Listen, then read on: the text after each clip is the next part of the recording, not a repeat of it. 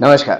कैसे हैं आप सब? उम्मीद करते हैं आप सब बढ़िया होंगे। तो आज की क्लास में एक अलजेब्रा से रिलेटेड बहुत ही बढ़िया क्वेश्चन है।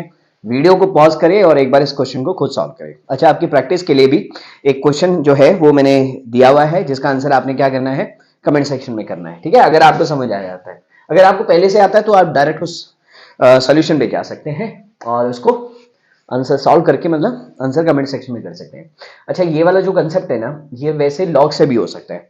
और अगर आप लॉगरिथम सीखना चाहते हैं कि लॉग होता क्या है, कैसे उसकी हेल्प से हम क्वेश्चन को सॉल्व कर सकते हैं, तो कमेंट सेक्शन में बता दीजिएगा। नेक्स्ट वीडियो लॉग पे आ जाएगी। ठीक है, कुछ कंसेप्ट हम उसके कर लेंगे, लॉग का समझ लेंगे कि लॉग है क्या और उससे रिलेटेड क्वेश्चन कर लेंगे। आइए क्वेश्चन पे आते हैं।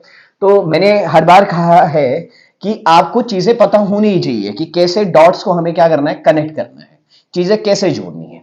अब इस क्वेश्चन को करने के दो तरीके हैं, मतलब दो तरीके, दो थॉट माइंड में आते हैं। पहला तरीका आता है कि मैं ए, बी और सी की वैल्यू निकालूं और जो भी वैल्यू आएगी यहां पर पुट करके सॉल्यूशन निकालूं। दूसरा तरीका है, कई बार क्या होता है कि अगर आप वैल्यू आपको नहीं बन पा रहा तो आपको इस सारे को, इन तीनों का यूज करके ये बनाना है। ठीक है, अब कैसे बनाएंगे वो थॉट प्रोसेस इंपॉर्टेंट है। अब एक बात बताओ, देखो मुझे b raise to power b बनाना है तो मैं इसको नहीं छेड़ूंगा क्योंकि यहां एक b तो बना हुआ है ना, तो इसको नहीं छेड़ेंगे हम। इसको हम एज इट इज रखेंगे, इक्वल टू 10।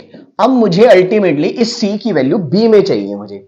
अब c की वैल्यू मुझे b में चाहिए। अच्छा, ये दोनों आपस में कनेक्ट हो रहे हैं क्योंकि दोनों का बेस क्या है, बिल्कुल सेम है। ठीक है, तो हमने कहा कि a raise to power b 343 मतलब 7 की पावर 3। ओके, तो ये a जो हो गया वो 7 की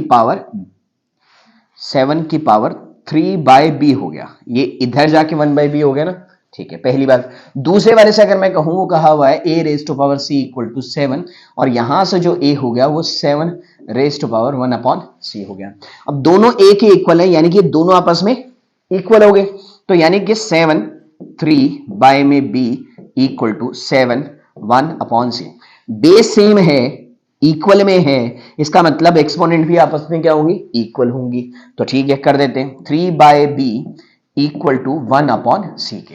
अच्छा, मुझे सी की वैल्यू चाहिए बी की फॉर्म में, मिल गई, रेसिप्रोकल कर दिया दोनों साइड। तो ये हो गया मेरा बी अपॉन 3 इक्वल टू सी। यहां से मेरा सी बी की फॉर्म में आ गया, है ना। अब सुनो, अब इस सी को हम यहां रख देंगे, बी की पावर में सी रख देंगे, है ना। तो ये क्या हो जाएगा हमारे पास, b बाय में 3 इक्वल टू 10। अच्छा, ये 1/3 है, उधर जाएगा, ये रह जाएगा b raise to power b। 1/3 है, उधर चला जाएगा तो क्या हो जाएगा 10 की पावर 3। और ये हो गया b raise to power b, 10 की पावर 3 होता है हमारा 1000। तो ये आ गया इस क्वेश्चन का आंसर, है ना। तो उम्मीद कर रहे हैं आपको समझ आ गया है। समझ आ गया है तो आपके लिए जो प्रैक्टिस क्वेश्चन है वो है ये। इसका आंसर आप मुझे करेंगे कमेंट सेक्शन में। आज की क्लास में इतना ही, मिलते हैं आपसे नेक्स्ट क्लास में, तब तक के लिए नमस्कार।